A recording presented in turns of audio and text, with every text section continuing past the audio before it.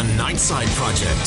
Finish the day happy with Ethan Millard and Alex Keary on KSL News Radio. Welcome to the Nightside Project. I'm Ethan Millard. This is part of our ongoing coverage of the Sundance Film Festival.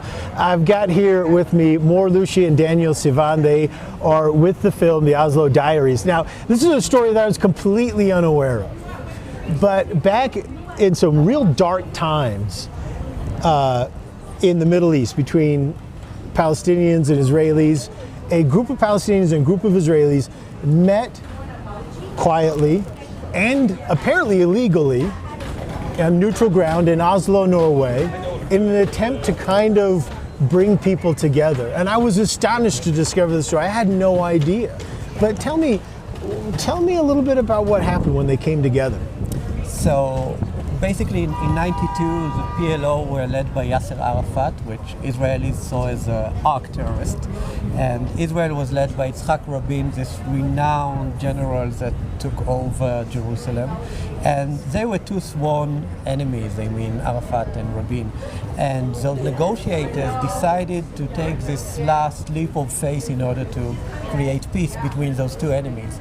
And they actually succeeded in doing it. They actually succeeded in writing this accord, having this historic handshake of Rabin and Peres on the White House lawn.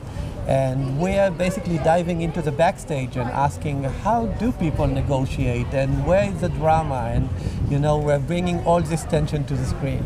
And everything from personal diaries of the participants that were there behind the scenes. So it's very personal.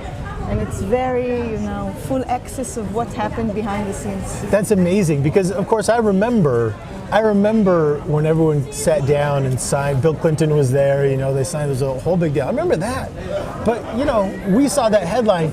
We never knew that dramatic backstory. Yeah, and even in that historic handshake, drama was there until the last second.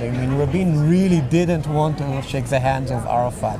And they were really arguing until the last moment, Wow. Will Arafat come with his gun? Will it be holstered? Will he come with his uniform?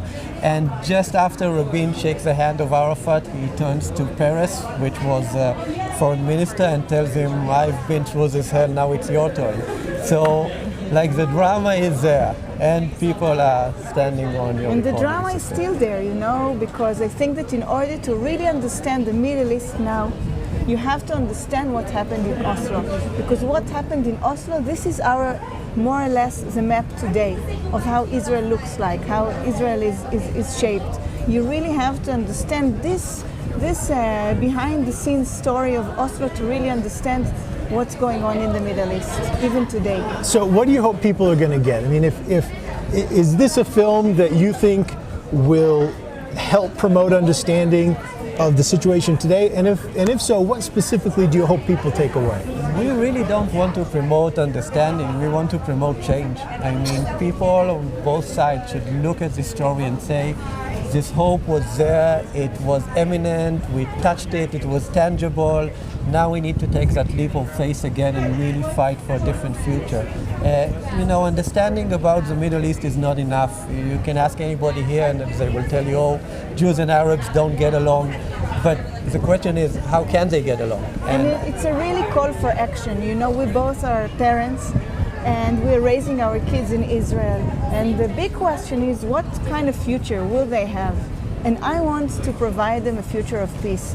And these days, when you say, I want peace, people look at you and you say, wow, you're so naive. Yeah. But no, we want people to really hear the backside story, in Israel there is a saying, no partner, that Palestinian and Israel cannot be partners, but it's not true. We listen to both sides, to both, the leadership of Palestine, and we listen to the people that were there behind the scenes. And this can happen. And for us, it's a call for action also against our government that is not leading its way for peace. So this is really a very emotional film for us, because it's not only a film about history, it's a film about our life and current situation. Daniel said that more than promoting understanding, he wants to promote change. And if you could change one thing, if you could just, with the snap of your finger, make a major change, what would it be? Where do you think that change has to happen? Come and watch the film. The film has the solution, you know? The film has the solution of what is more or less the compromise that both sides are willing to go for it. And we just have to take this leap, because I think that there's no other way to live in Israel but two-state solution, or any other solution. But I want peace and I want a solution. Is that how you see it as well, Daniel? Yeah, I mean, it's really about deciding that there will be no one controlling country. I mean, it can't be just the Israelis controlling everything. It won't be the Palestinians controlling everything. People need to learn how to get along.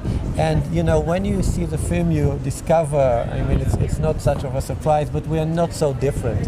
So, like, one of the stories I love in the film is Joel Zinger.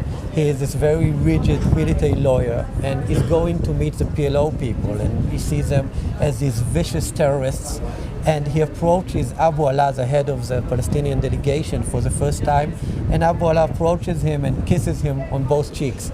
And Zinger is shocked because he says, wow, a terrorist is kissing me. And he says probably Abu Ala is shocked because Abu Ala is saying, wow, I'm kissing this military Israeli lawyer. And then Zinger thinks about it for a second and he says, that was the first time a man kissed me.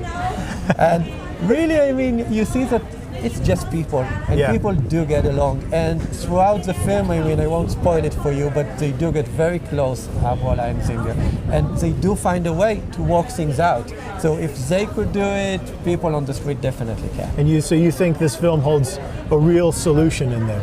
I'm sure it is. The solution, I think, is so obvious to so many people. The borders, the lines, what has to be done. Just we have to do compromises to have a better future, to shift war into peace, because we are in an ongoing war. Well, congratulations on bringing it to Sundance. That's absolutely fantastic. Thank you for having us here in the snow. We look forward to a broad release that'll help a lot of people understand the situation. So thanks so much for your hard work. We look forward for sunshine. Yeah, well, so, in April, or March or April, we'll get the sunshine. We should come to the Middle East. Is it sunny there now? Oh yeah, people are in the beach. Yeah. Well, you don't have to tell me twice. All right, the Oslo Diaries. Thanks very much. Thank you.